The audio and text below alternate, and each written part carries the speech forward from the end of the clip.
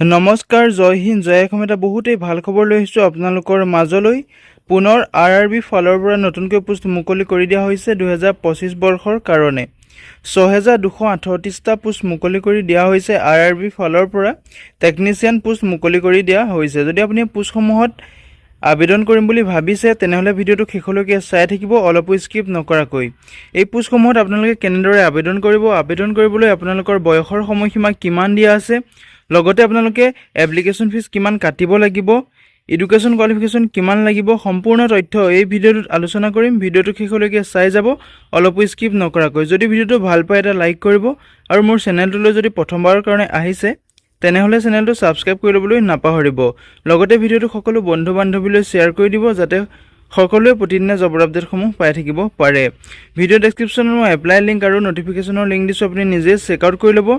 যদি আপুনি আবেদন কৰিম বুলি ভাবিছে, ভিডিঅ' ডেছক্ৰিপশ্যনতে এপ্লাই কৰাৰ লিংক দিছোঁ, তাতে গৈ আপুনি আবেদনসমূহ কৰি ল'ব পাৰিব। যিহেতু আপোনালোকে ইয়াত দেখিবলৈ পাইছে RRB technician recruitment 2025 apply online for 6238 post, যিসমূহ পোষ্ট মুকলি হৈছে আৰআৰবি টেকনিচিয়ান ৰিক্ৰুইটমেণ্টৰ ফালৰ পৰা 2025 বৰ্ষৰ কাৰণে।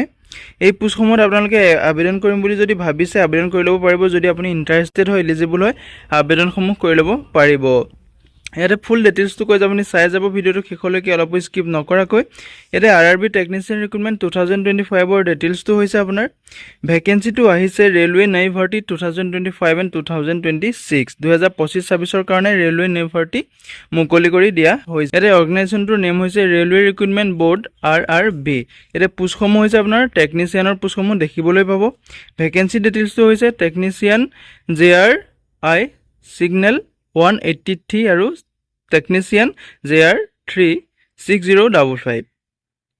ইয়াতে টোটেল পোষ্ট দেখিবলৈ পাব 6238টা পোষ্ট যিহেতু মুকলি হৈছে, যিটো আপোনাৰ টেকনিচিয়ান JR গ্ৰেড 3ৰ কাৰণে আপোনাৰ 6055টা পোষ্ট মুকলি হৈছে, আৰু গ্ৰেড 1ৰ কাৰণে আপোনাৰ যিটো ছিগনেল আছে তাত আপোনাৰ 183টা পোষ্ট মুকলি হৈছে। এই পোষ্টসমূহত আপোনালোকে অনলাইন মাধ্যমেৰে আবেদন কৰিব পাৰিব। এপ্লাই মোডটো যিহেতু আপোনালোকে অনলাইন মাধ্যমেৰে আবেদন কৰিব পাৰিব। এপ্লাই লিংক মই ভিডিঅ' ডেছক্ৰিপশ্যনতে দিম, তাতে গৈ আপুনি আবেদনসমূহ কৰি ল'ব পাৰিব। ইয়াতে এপ্লাই ডেটটো 28 জুনৰ পৰা 28 জুলাইলৈকে এপ্লাই ডেটটো চলি থাকিব। যদি আপুনি আবেদন কৰিব বিচাৰে এতিয়াও সময় আছে, আপুনি আবেদন কৰি ল'ব পাৰিব। জুলাই মাহৰ 28 তাৰিখলৈকে আপোনাৰ আবেদন প্ৰক্ৰিয়াটো চলি থাকিব। যদি আপুনি আবেদন কৰিব বিচাৰিছে তেনেহ'লে আবেদনসমূহ কৰি ল'ব পাৰিব। হু কেন এপ্লাই, এই পোষ্টসমূহত আপুনি যদি ভাৰতৰ মেল ফিমেল কেণ্ডিডেট হয় তেতিয়া আপুনি এই পোষ্টসমূহত আবেদন কৰিব পাৰিব। আপুনি যদি অসমৰ পৰাও আবেদন কৰিম বুলি ভাবিছে অসমৰ পৰাও এই পোষ্টসমূহত আবেদন কৰিব পাৰিব। ভাৰতৰ প্ৰতিখন ৰাজ্যৰ পৰা এই পোষ্টসমূহত আবেদন কৰিব পাৰিব। ইয়াতে আপোনাৰ যিটো আৰআৰবি টেকনিচিয়ান ৰিক্ৰুইটমেণ্ট 2025ৰ যিটো চেলাৰী ডিটেইলছটো দিয়া আছে, আপোনাৰ মন্থলি 19,900 টকাৰ পৰা আৰম্ভ কৰি আপোনাৰ 29,200 টকালৈকে আপুনি চেলাৰীটো পাব। লগতে গেট পে'টো আপোনাৰ এক্সট্ৰাকৈ গেট পে'টো থাকিব। ইয়াতে এজ ইলেকশ্যনটো দিয়া আছে, যিটো গ্ৰেড 1ৰ ছিগনেল আছে তাত আপোনাৰ এজ ইলেকশ্যনটো দিয়া আছে। মিনিমাম এজটো আপোনাৰ 18 বছৰৰ পৰা এই পোষ্টসমূহত আবেদন কৰিব পাৰিব, আৰু মেক্সিমাম আপোনাৰ 33 ইয়াৰ্ছলৈকে আপুনি পোষ্টসমূহত আবেদন কৰিব পাৰিব। যিটো গ্ৰেড 3 আছে আপোনাৰ সেইটো এজ লিমিট দিয়া আছে আপোনাৰ মিনিমাম 18 বছৰৰ পৰা আপুনি মেক্সিমাম 30 বছৰলৈকে এই পোষ্টসমূহত আবেদন কৰিব পাৰিব। লগতে যদি আপুনি SC ST বা OBCৰ কেণ্ডিডেট হয় তেনেহ'লে আপুনি গভৰ্ণমেণ্টৰ ৰুলৰ মতে যিসমূহ এজ ইলেকশ্যন দিয়ে সেইসমূহ আপুনি লাভ কৰিব পাৰিব। যিটো SC আৰু STৰ কাৰণে 5 বছৰকৈ এজ ইলেকশ্যন লাভ কৰিব পাৰিব, আৰু OBCৰ কাৰণে আপুনি 3 বছৰকৈ এজ ইলেকশ্যন লাভ কৰিব পাৰিব।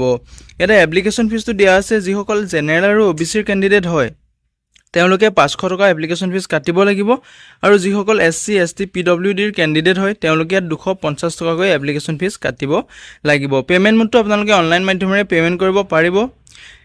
Google pay', PhonePe', debit card, credit card, internet bank যিকোনো মাধ্যমেৰে আপুনি পে'মেণ্টসমূহ কৰিব পাৰিব। যদি আপুনি পোষ্টসমূহৰ ইণ্টাৰেষ্টেড হয়, এলিজিবল হয়, আবেদনসমূহ কৰি ল'ব। যিহেতু আপোনাৰ কাৰণে বহুত এটা ভাল সুবিধা আহিছে, সুযোগ আহিছে। এই সুবিধা সুযোগটো নেহেৰুৱাব। যদি আবেদন কৰিম বুলি ভাবিছে আবেদনসমূহ কৰি ল'ব পাৰিব। এতিয়া চিলেকশ্যন প্ৰচেছটো হৈছে আপোনাৰ ফাৰ্ষ্টতে এটা আপোনাৰ ৰিটেন এক্সাম হ'ব। যদি আপুনি ৰিটেন এক্সামটোত কোৱালিফাই কৰে তেতিয়া আপোনাৰ ডকুমেণ্ট ভেৰিফিকেশ্যন কৰিব। ডকুমেণ্ট ভেৰিফিকেশ্যনৰ পিছত আপোনাৰ মেডিকেল এক্সাম হ'ব। এডুকেশ্যন কোৱালিফিকেশ্যন এই পোষ্টসমূহত আবেদন কৰিবলৈ আপোনাৰ 10 পাছৰ কাৰণে বেলেগ ধৰণৰ পোষ্ট দেখিবলৈ পাব যদি আপোনাৰ ITI আছে ডিপ্লোমা আছে ডিপ্লোমা এণ্ড ডিগ্ৰী আছে তেতিয়া আপুনি পোষ্টসমূহত আবেদন কৰিবলৈ পাব 10 পাছৰ কাৰণে ইয়াত বেলেগ ধৰণৰ পোষ্ট দেখিব ITI থকা সকলৰ কাৰণে বেলেগ ধৰণৰ পোষ্ট দেখিব ডিপ্লোমা আৰু ডিগ্ৰী থকা সকলৰ কাৰণেও বেলেগ ধৰণৰ পোষ্ট দেখিব মিনিমাম যদি আপুনি 10 পাছৰ কৰি থৈছে তেতিয়া আপুনি পোষ্টসমূহত আবেদন কৰিব পাৰিব ইম্পৰ্টেন্ট ডকুমেন্টটো হৈছে আপোনাৰ আবেদন কৰাৰ সময়ত কি ডকুমেন্ট লাগিব পাসপোৰ্ট সাইজ ফটোগ্ৰাফ লাগিব সিগনেচাৰ লাগিব আধাৰ কাৰ্ড লাগিব এডুকেশন সাৰ্টিফিকেট লাগিব আপুনি যেটো ম্যাক্সিমাম এডুকেশন কৰি থৈছে তাৰ আপোনাৰ সাৰ্টিফিকেট দিব লাগিব যদি আপুনি ITI কৰিছে ITI সার্টিফিকেট দিব লাগিব এটা কাষ্ট সার্টিফিকেট লাগিব যদি আপুনি SC ST বা OBC ক্যান্ডিডেট হয় তেনেহলে আপোনাৰ কাষ্ট সাৰ্টিফিকেট লাগিব লগতে আপোনাৰ এজ প্ৰুফটো লাগিব এজ প্ৰুফটো আপুনি মেট্ৰিকৰ মাৰ্কশিট দিব পাৰে নতুবা আপোনাৰ বাৰ্থ সাৰ্টিফিকেটটো দিব পাৰে যদি আপুনি পোষ্টসমূহত ইন্টাৰেষ্টেড হয় এলিজিবল হয় আবেদন যদি কৰিম বুলি ভাবিছে ভিডিও ডেসক্ৰিপচনে মই আবেদন কৰাৰ লিংক দিছো তাতে গৈ আপুনি আবেদনসমূহ কৰি ল'ব পাৰিব অনলাইন ফৰ্ম ষ্টাৰ্টিং ডেটটো আপোনাৰ 28 জুন তাৰিখৰ পৰা ষ্টাৰ্ট হৈ গৈছে আৰু লাষ্ট ডেটটো আছে আপোনাৰ 28 জুলাই তাৰিখলৈকে যদি আপুনি নোটিফিকেশনখন চেক আউট কৰিম বুলি ভাবিছে ভিডিও ডেসক্ৰিপচনে মই নোটিফিকেশন লিংক দিছো তাতে গৈ আপুনি চেক আউট কৰি ল'ব পাৰিব যেটো মই লিংক দিছো তাতে আপুনি ক্লিক কৰি দিলে আপোনাৰ সন্মুখত এনেকুৱা এখন পেজ ওলাব ইয়াতে আপোনাৰ দেখিবলৈ পাইছে যেটো অফিচিয়েল নোটিফিকেশন হয় যেটো ৰেলৱে ৰিক্ৰুটমেন্ট বোৰ্ড হয় তাৰ এটা অফিচিয়েল নোটিফিকেশন ইয়াতে আপোনাৰ পোষ্টসমূহৰ ডিটেইলছ সকলো পোষ্টৰ ডিটেইলছ দিয়া আছে ইয়াতে ইম্পৰ্টেন্ট ডেটসমূহ দিয়া আছে আপুনি চাই ল'ব পাৰিব যিসমূহ পোষ্ট মুকলি হৈছে এটো যেটো সকলে মোক কৈ আছে যে ভিডিওসমূহ দিলে আপুনি ফেক ভিডিও দিয়ে মিছা ভিডিও দিয়ে আপুনি নিজে চেক কৰি ল'ব মই ডেসক্ৰিপচনতে মই লিংক দিছো তাতে গৈ আপুনি চেক কৰি ল'ব পাৰিব ইয়াতে যেটো পোষ্টসমূহৰ নাম ওয়াইজ আপোনাৰ যিসমূহ যিমান পোষ্ট আছে সকলো আপোনাৰ ডিটেইলছ দিয়া আছে আপুনি নিজে চেক আউট কৰি ল'ব পাৰিব ভিডিও ডেসক্ৰিপচনতে মই নোটিফিকেশনৰ লিংক দিছো তাতে গৈ আপুনি চেক আউট কৰি ল'ব পাৰিব এটো যেটো ইয়াতো আপোনাৰ অফিচিয়েল নোটিফিকেশনটো দিয়া আছে ইম্পৰ্টেন্ট ডেটটো আপোনাৰ 21/2025 তাৰিখে যেটো নিউজ ওলাইছিল তাত আপোনাৰ এডভাৰটাইজমেন্টটো পকা পাইছিল আৰু যেতিয়া আপোনাৰ এপ্লিকেশন ষ্টাৰ্ট হৈছে 28/2025 পৰা এপ্লিকেশন ষ্টাৰ্ট হৈ গৈছে